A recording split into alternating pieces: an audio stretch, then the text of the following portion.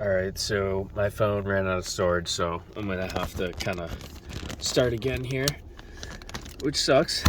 That really sucks. Okay, day one, Kratom Withdrawal. I'm at the almost 26-hour mark since I've taken my last dose of Kratom. To give a context, I was on Kratom for 8 weeks after being on it for 6 weeks, 2 other times consecutively. First time I had a month break before I went into it again for 6 weeks. Then had a real withdrawal. I could explain that.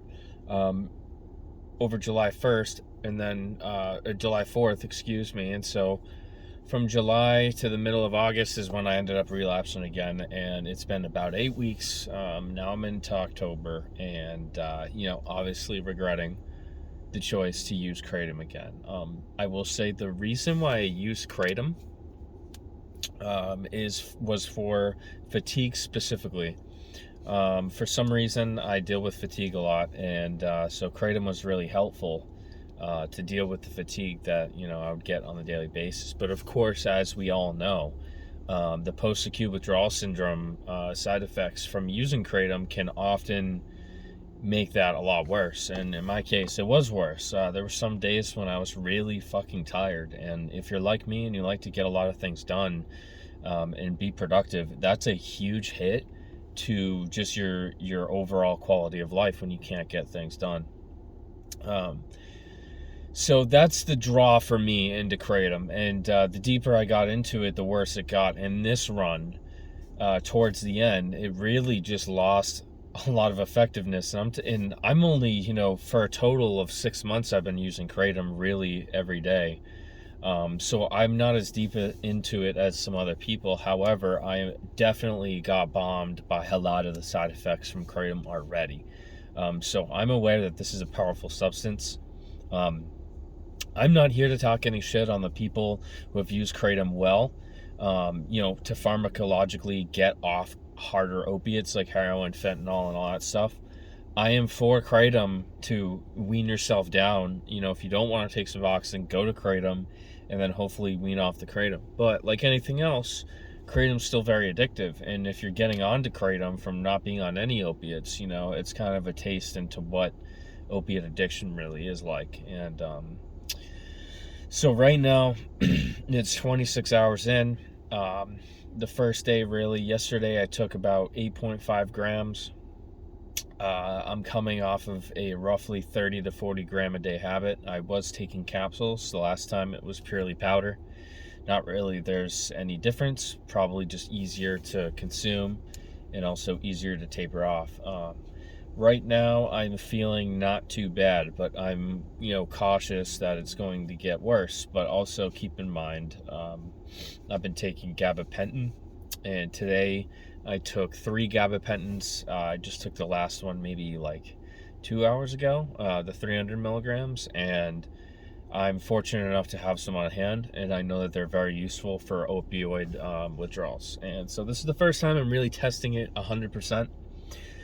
The last time I came off of a 6-week Kratom bender, I got withdrawal effects, but they were minimized due to the use of DXM, which is one of the compounds that can really minimize opiate withdrawal as well. If you haven't looked that up, I highly recommend that you look that up. Just be careful, because DXM is also addictive in some other ways.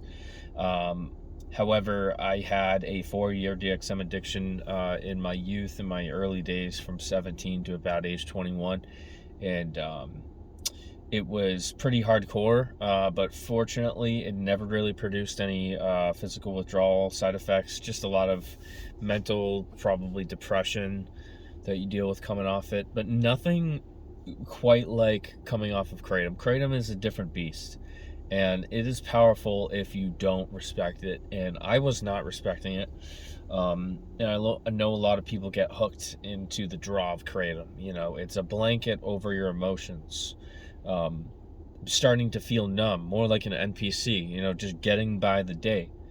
And I hated feeling like that. And to be honest with you, the last week of taking Kratom, it kind of turned on me. I started to get really depressed, and that scared me because it was pretty good against, depression for a while. And now I'm taking it and it's not doing anything. And I'm depressed. And I'm sitting here feeling this overwhelming sense of doom about life. And I've had that feeling before, off of drugs. And now that it's on drugs, I'm like, no, I can't live this way.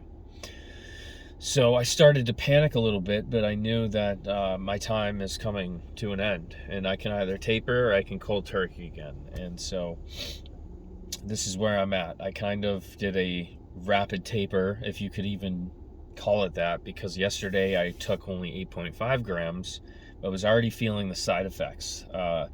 One thing that was happening, which I've heard other people describe, is crying fits. I kind of just get emotional, like what have I done, kind of emotional sensitivity to things. Just what have I done, analyzing sad things that have happened in my life, traumatic events. Really, you start to focus on that when you start to come off of this blanket that's over your mind. And that's basically what happened. But fortunately, gabapentin is kind of putting a stop to that a little bit. And obviously there's a lot of physical side effects that you get, like restless leg syndrome and just overwhelming fatigue to the point where you can't do much. You just want to sit in bed. The first time I came off of Kratom, I was in bed for 2 days, straight up 2 days. I didn't do anything. It was over July 4th.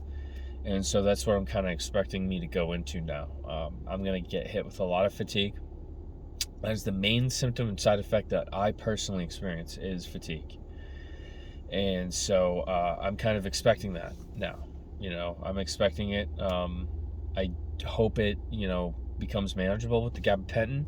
I'm going to report back and document this whole experience because I want to help anyone that's also going through this.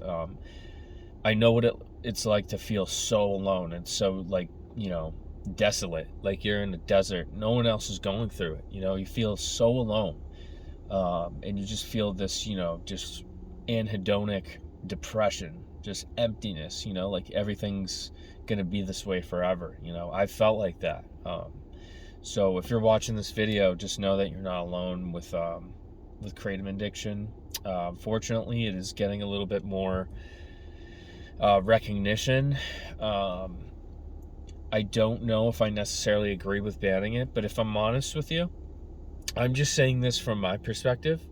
I don't want it to get banned for all the people that it's beneficial for, but in my perfect world, I think I'd probably prefer those substances and 7-OH to be banned, just so I wouldn't ever have the ability to access it. It would be harder for me to access it. I actually kind of prefer that discipline, that kind of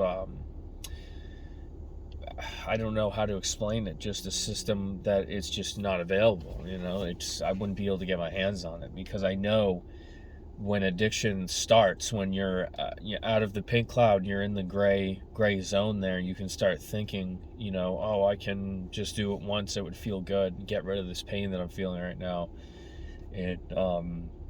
The last time, stupidly, I had kept a pack of 7-OH and a pack of Kratom in my little drug box, and so I still have it. Obviously, the 7-OH is gone, but I still have some normal powder Kratom and my capsules left. And I was doing that just in case I needed them if withdrawal got too bad. But with this gabapentin, I'm actually feeling pretty good right now. I'm expecting tomorrow to be worse. But so far so good. Honestly, it hasn't been too bad. I've been analyzing a lot of things about my life and a lot of the struggles I go through. And at some point on this channel, I'll go through a video about my life and what I've been through.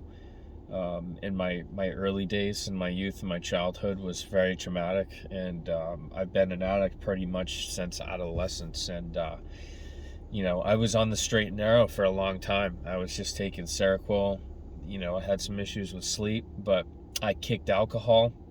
There's one thing that's good. I kicked alcohol in September 27th, 2019, and through this 1 year relapse, pretty much, out of all the things that I've done, because I've dabbled in a few other things. I haven't drank any alcohol, and I still haven't relapsed on cigarettes. I quit that in 2022. So I try to look at the silver lining. I was very tempted this last month of using Kratom. I wanted, the thought popped up in my head. Even when I was high on Kratom, the thought popped up, go to the liquor store, get a 6-pack. So I'm proud of myself that that didn't happen, because it could have easily happened. Now I'd be dealing with 2 different, addictions, and alcohol is a whole different beast. And I remember not sleeping for 3 days when I was withdrawing from a 1-year booze habit. So, and that was, a huge beast in itself. But with, a problem with fatigue, it kind of makes these problems a little bit complex. And for me, this is the most complex withdrawal and drug situation I think I've ever had, because I'm really struggling in sobriety with a very real, very massive fatigue issue. And I obviously made it worse. And so I'm going to have to deal with that. And really, hopefully, most of it was caused by the Kratom use ramping up over the year. And hopefully, if I can stick with this time, then I won't go back and my fatigue can improve and I can at least get out to figure out what's been causing it. But especially this video goes out to people that use Kratom for fatigue, because that is the number one reason why I got into it. It made me more productive. It helped my energy until about the 2-month mark, or, 7 weeks in. I just, the energy benefits started going away, and that's when I was like, man, this ain't gonna last, and this is gonna bite me in the ass, and this is exactly what's happened. So I'm just here to document, spread a little bit of awareness, and also saying hi to all the others on YouTube that have posted a video about Kratom and 7-OH addiction, even though this is specifically about the leaf. I just want to contribute and hopefully spread some hope, and hopefully I can also post this and look back on it as a way for me to not go back again, because this is, the addictive brain can trick you when you're sober into going back. And I have noticed already that this is a pattern with Kratom. Very addictive substance if you have an addictive personality. And for me personally, I can't control it, so I think I need to let it go. I do know there's a lot of people who can, and so I really respect that. I don't want the plant ban for that reason, for people who really benefit from it as an alternative to pain pills. And also a lot of research can be done into mitragynine, and maybe some breakthrough in medicine could happen with it, and where, we've already synthesized 7-OH, which, is a partial opioid agonist, and so therefore you can't technically die like fentanyl or heroin. It's not a full-on opioid, mu-opioid receptor agonist. So I think there's a lot of positive things about mitragynine, 7-OH, Kratom, but really the 7-OH, that's a real slippery slope, much more potent than just the straight leaf. But after having taken both of them, I don't think that they're right for me in my life. It just feels like a blanket over your emotions, man. And it was starting to turn me into a real NPC, just getting by life. Waking up and the first thing you do is take your dose, It's just real junkie type behavior and real addiction behavior. And this is starting to go fast downhill for me. The depression I felt over last weekend was immense, and not to mention all the side effects of using Kratom, one being irritability. That's one thing that I was starting to notice more and more. I was starting to become more irritable, and that's not like me. I'm a pretty nice guy normally.